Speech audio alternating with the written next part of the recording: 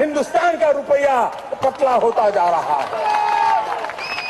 ये जवाब देना पड़ेगा आपको। देश आपसे जवाब मांग रहा है। ഇവിടെ എവിടെയോ കാണുന്നാണ് നമ്മുടെ മോദിജി പറഞ്ഞത്. നിങ്ങളാരെയും കണ്ടിരുന്നോ? നമ്മുടെ റുപ്പീസെ അങ്ങ് മുകളിൽ എവിടെയോ കാണുന്നത് മോദിജി 2014 പ്രസംഗത്ത് പറഞ്ഞിരുന്നു. നമ്മുടെ ഇന്ത്യൻ റുപ്പി കുതിച്ചുയരാൻ പോവാണ്, ഡോളർ താഴെ നോക്കിയാൽ മതി കാണുന്ന പറഞ്ഞു. ഞാൻ ഡോളർ താഴെ നോക്കിയിട്ടൊന്നും കാണുന്നില്ല, റുപ്പീസ് മേലെ നോക്കിയിട്ട് കാണില്ല. പക്ഷെ നേരെ തിരിച്ച് ഡോളർ മേലെ അവിടെ കാണുന്നുണ്ട്, റുപ്പീസ് കൂപ്പ് കുത്തി ഇതാ 88.63 താഴത്ത് കിടക്കുന്നുണ്ട്. ഇതാണോ മോദിജി എന്ന് പറഞ്ഞത് എനിക്ക് മനസ്സിലായില്ല.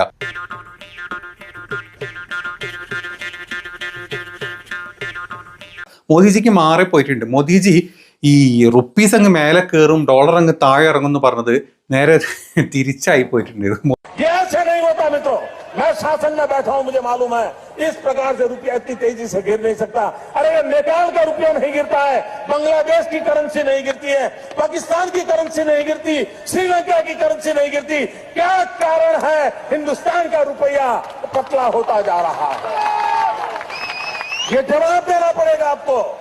देश आपसे जवाब मांग रहा है। മോദിന്റെ വിചാരം റുപ്പീസ് ഇങ്ങനെ കയറി 100 എത്തുമ്പം നമ്മളാണ് മറ്റേ സംഖ്യകളെ പറ്റിക്കുന്ന പോലെ മോദിജിയും പൊട്ടനായതായിരിക്കും മിക്കവാറും. നമ്മൾ 100 എത്തിക്കഴിഞ്ഞാൽ, അതായത് $1 നമ്മൾ 100 മക്കളെ എന്നാണ് പ്രധാനമന്ത്രി 2014 പറഞ്ഞത്. എനിക്ക് ഡൗട്ട് ഉണ്ട്. നേരെ തിരിച്ച് ഡോളർ താഴെത്തും എന്ന് പുള്ളി ഉദ്ദേശിച്ച് ഡോളർ വെറും ₹1 മാറുമെന്നായിരിക്കും. പക്ഷെ ഇപ്പൊ നടന്നത് $1 എന്ന് പറഞ്ഞു കഴിഞ്ഞാൽ മൂക്ക് കുത്തിയിട്ട് അങ്ങ് ഇന്ത്യൻ റുപ്പി എവിടെ കിടക്കുന്നുണ്ട്? താഴത്ത് ഇവിടെ 88.63 കിടക്കുന്നുണ്ട്. ഡോളർ അങ്ങ് മേലെയും കിടക്കുന്നുണ്ട്. നമ്മളതൊക്കെ പൊട്ടിക്കും കേട്ടോ. നമ്മൾ ഈ സംഖ്യകളോട് പറഞ്ഞ പോലെ ഒന്നല്ല, നമ്മളിതൊക്കെ പൊട്ടിക്കും.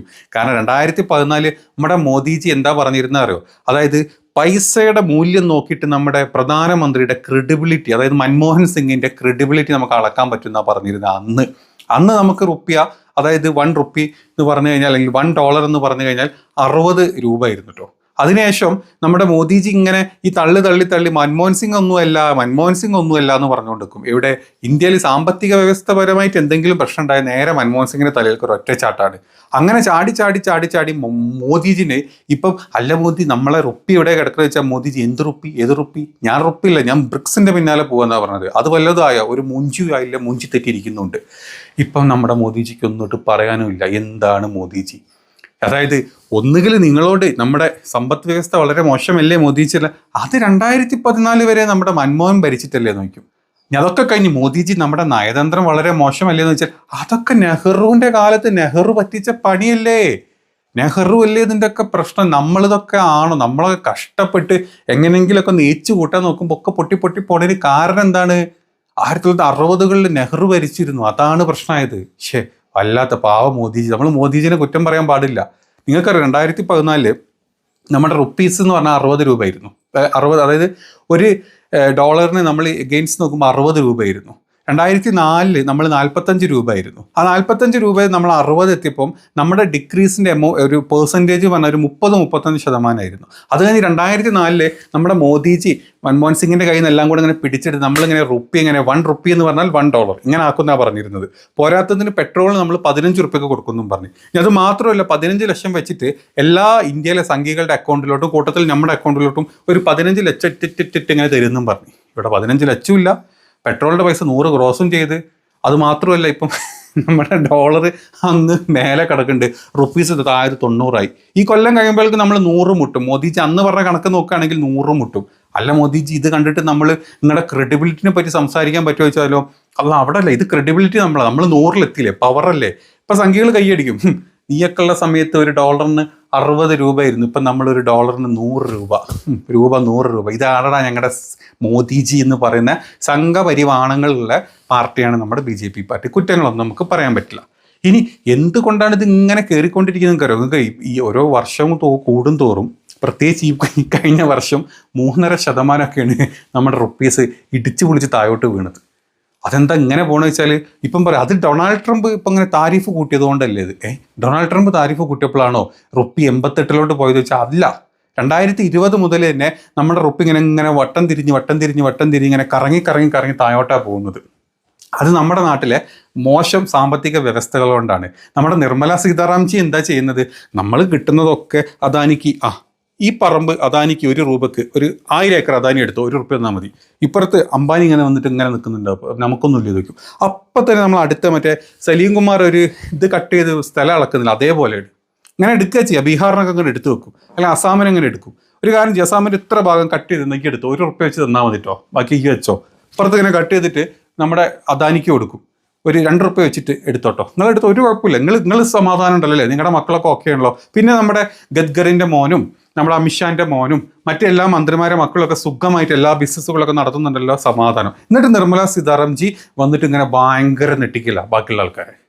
ഇങ്ങനെ പോയ കൺട്രിയാണ് നമ്മുടെ കൺട്രി. അതുകൊണ്ട് ഇപ്പോഴും നമ്മൾ 3ാം ലോക സമ്പദ് വ്യവസ്ഥയിൽ അങ്ങോട്ട് കൂപ്പുകുത്തി എന്ന് പറയുമ്പോണ്ടല്ലോ, പക്ഷെ അങ്ങനെ പറയാൻ പാടില്ല അല്ലേ. നമ്മളിങ്ങനെ ഉയർന്നുകൊണ്ടിരിക്കുമ്പോൾ നമ്മുടെ പെർ ക്യാപിറ്റയും കാര്യങ്ങളൊക്കെ നോക്കുകയാണെങ്കിൽ GDP പെർ ക്യാപിറ്റയൊക്കെ നോക്കുകയാണെങ്കിൽ മുഞ്ചിത്തെറ്റി താഴ്ത്താൻ നിൽക്കുന്നത്. അത് ഈ പരംവാദങ്ങൾക്ക് പറഞ്ഞാൽ മനസ്സിലാവാൻ പോകുന്നില്ല. നമ്മളിതിനു മുമ്പ് ഒരു വീഡിയോ ചെയ്തിരുന്നു, അത് ചെയ്ത് കണ്ടു കഴിഞ്ഞാൽ നിങ്ങൾക്ക് മനസ്സിലാവും എന്താണ് അതിൻ്റെ സത്യാവസ്ഥ എന്നുള്ളത്. അപ്പോൾ നമ്മുടെ രാജ്യം ഇങ്ങനെ മുന്നോട്ട് ഇങ്ങനെ ഭയങ്കരമായിട്ട് ഇങ്ങനെ പോയിക്കൊണ്ടിരിക്കുകയാണ്, എല്ലാം കൊണ്ടും നമ്മൾ പോയിക്കൊണ്ടിരിക്കുകയാണ്. നമ്മൾ താരിഫ് കൂട്ടി, നമ്മൾ അടിപൊളിയായിട്ട് താരിഫ് കൂട്ടിയിട്ട് നമുക്ക് മറ്റു രാജ്യങ്ങളില്ലേ എന്നിങ്ങനെ പറയുന്നുണ്ട്, സമാധാനിപ്പിച്ചോളൂ. അത് കഴിഞ്ഞിട്ട് നമുക്ക് മറ്റേ H1B വിസ എന്താ പറയുക, നമുക്ക് പ്രൈസ് കൂട്ടി. അതുകൊണ്ട് അവിടെ നിന്ന് മുഞ്ചി തെറ്റി ഒരു 4-5 ലക്ഷം ആൾക്കാർ പണിയും ഒന്നും ഇല്ലാണ്ട് ഇപ്പം ഇങ്ങോട്ട് വരും. ഇനിയിപ്പം ബാക്കിയുള്ള മറ്റു രാജ്യങ്ങളും ഒക്കെ ഈ പറഞ്ഞ വിസകൾക്കൊക്കെ എല്ലാം പൈസ കൂട്ടുന്നുണ്ട്, വിസകളൊന്നും കൊടുക്കുന്നില്ല. കാരണം അവിടെ പോയി ജയശ്രീരാം വിളിയില്ലേ, അവിടെ പോയി ജയശ്രീരാം വിളിക്കുന്നു, അവിടെ ഗണപതി ബപ്പനെ മുക്കുന്നു, എന്തൊക്കെ പരിപാടികളാണ് കാണിക്കുന്നത്.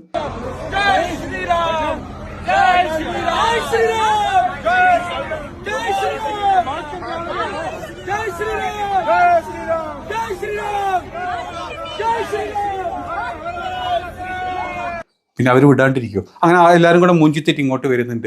ഇവിടുന്ന് അങ്ങോട്ട് പോകേണ്ട പല കയറ്റുമതി സാധനങ്ങളെല്ലാം കൂടെ ചെമ്മീനൊക്കെ ചീഞ്ഞ് മാറി കിടക്കുന്നുണ്ട്. പിന്നെ തിരുപ്പൂരെ ഇതിലൊന്നും വലിയ പ്രശ്നമില്ല, തുണിയൊക്കെ അത് ഇവിടെയുള്ള ആൾക്കാർക്ക് ആർക്കെങ്കിലേ ഈ പഴന്തുണിയൊക്കെ കൊടുക്കാനാണ് കേട്ടത്. അപ്പോൾ അവിടെ കുറേ ആൾക്കാർക്ക് പണി പോയിട്ട് പണിയും കൂലിയൊന്നും ഇല്ലാത്ത കുറേ എണ്ണം വീണ്ടും തെണ്ടിത്തിരി നടക്കും. ഞാൻ ഗുജറാത്തിലോട്ട് നിങ്ങൾ പോയി കഴിഞ്ഞാൽ, അതല്ലെങ്കിൽ രാജസ്ഥാനിലോട്ട് പോയി കഴിഞ്ഞാൽ നമ്മൾ ഉണ്ടാക്കി വെച്ച നെക്ലേസും കാര്യങ്ങളൊക്കെ ഉണ്ട്. നമ്മൾ കുറേ ഓർണമെൻറ്റ്സ് അമേരിക്കയിൽ കടത്തി വിടാറുണ്ടായിരുന്നല്ലോ, അതെല്ലാം കൂടെ മുഞ്ചിത്തെറ്റി അവിടെ കിടക്കുന്നുണ്ട്. പിന്നെ കുറേ ഗാർമെൻറ്റ്സ് ഉണ്ട് രാജസ്ഥാനിലൊക്കെ, നല്ല രീതിയിലുള്ള ക്ലോത്ത്, തിരുപ്പൂരുള്ള ക്ലോത്തൊക്കെ ഉണ്ടല്ലോ, അതൊന്നുമില്ല, ഒക്കെ പഴന്തുണയായിട്ട് നമ്മൾ അവിടെ ഇവിടെ കൊടുത്തിട്ട് തൽക്കാലം നമ്മൾ അഡ്ജസ്റ്റ് ചെയ്യും. ഇനി നിങ്ങൾക്ക് നല്ല ചെമ്മീൻ കഴിക്കണോ അല്ലെങ്കിൽ നല്ല സീ ഫുഡ് കഴിക്കണമെങ്കിൽ നമ്മൾ അങ്ങോട്ട് കൊടുക്കാൻ വെച്ച സാധനങ്ങൾ ചെറുതായിട്ട് ചീഞ്ഞു തുടങ്ങിയിട്ടുണ്ട്. സാരല്ല, സംഖ്യക്കൊക്കെ കൊടുത്ത്, സംഖ്യക്കൊക്കെ എപ്പോഴെങ്കിലും കിട്ടണം. ആണ്ടിനും സംക്രാന്തിക്കൊക്കെ മീൻ വാങ്ങുന്ന ടീമാണ് വീട്ടിൽ. അപ്പോൾ അവർക്ക് കുറച്ച് കൊടുത്തു കഴിഞ്ഞാൽ മോദിജി ഞങ്ങൾക്ക് മീൻ എത്തിച്ചിരിക്കുന്നു, ഞങ്ങൾക്ക് പ്രോൺസ് ഇതാ, ഞങ്ങൾക്ക് നല്ല ചെമ്മീൻ ഞങ്ങളുടെ വീട്ടിലെത്തിയിരിക്കുന്നു, നല്ല സ്കിഡ്, നല്ല കൂന്തൽ ഞങ്ങളെ വീട്ടിലെത്തിച്ചിരിക്കുന്നു, എല്ലാം മോദിജിയുടെ എഫക്റ്റ്. അങ്ങനെ അങ്ങ് പറഞ്ഞിട്ട് സംഖ്യകൾ സ്വയം സമാധാനിച്ചോളും. അപ്പം മൊത്തത്തിൽ മൂഞ്ചലും അവലും തന്നെയാണ് നമ്മുടെ ഇപ്പോഴത്തെ ഇന്ത്യയുടെ ഒരു അവസ്ഥ. എന്നാലും നമ്മുടെ മോദിജിയുടെ 2014 ആ പ്രസംഗം അത് കിട്ടുകയാണ്, അതിലൊരു രക്ഷയൊന്നും പറയാനില്ല കേട്ടോ. നമ്മൾ അതിനുശേഷം ആ പ്രസംഗത്തിൻ്റെ എന്തെങ്കിലും ഒരു സാധനം ഇയാളെ കൊണ്ട് എന്തെങ്കിലും ഒന്ന് കൈ തൊടാൻ പറ്റണം. നമ്മൾ അവിടെ നിന്ന് ആ പറഞ്ഞതൊന്ന് മൂക്കും കുത്തിയിട്ട് ഇപ്പോൾ തലയില്ല, താടിയില്ല, വണ്ണുമില്ല, ഒന്നുമില്ലാത്ത അവസ്ഥയിൽ താഴത്ത് ഇങ്ങനെ ചാണകത്തിൽ തലയും കുട്ടി മേലെ ഇങ്ങനെ കാലിട്ട് ഇങ്ങനെ അടിക്കുന്ന ഒരവസ്ഥയിലോട്ട് നമ്മുടെ ഇന്ത്യയിൽ എത്തിച്ചു തന്നിട്ടുണ്ട്. മോദിജിക്ക് എല്ലാ ക്രെഡിറ്റും നമ്മൾ കൊടുക്കുന്നു. കൈയടിക്കൂ സംഘികളെ, കൈയടിക്കൂ, എല്ലാം മോദിജിക്ക് ജയ്.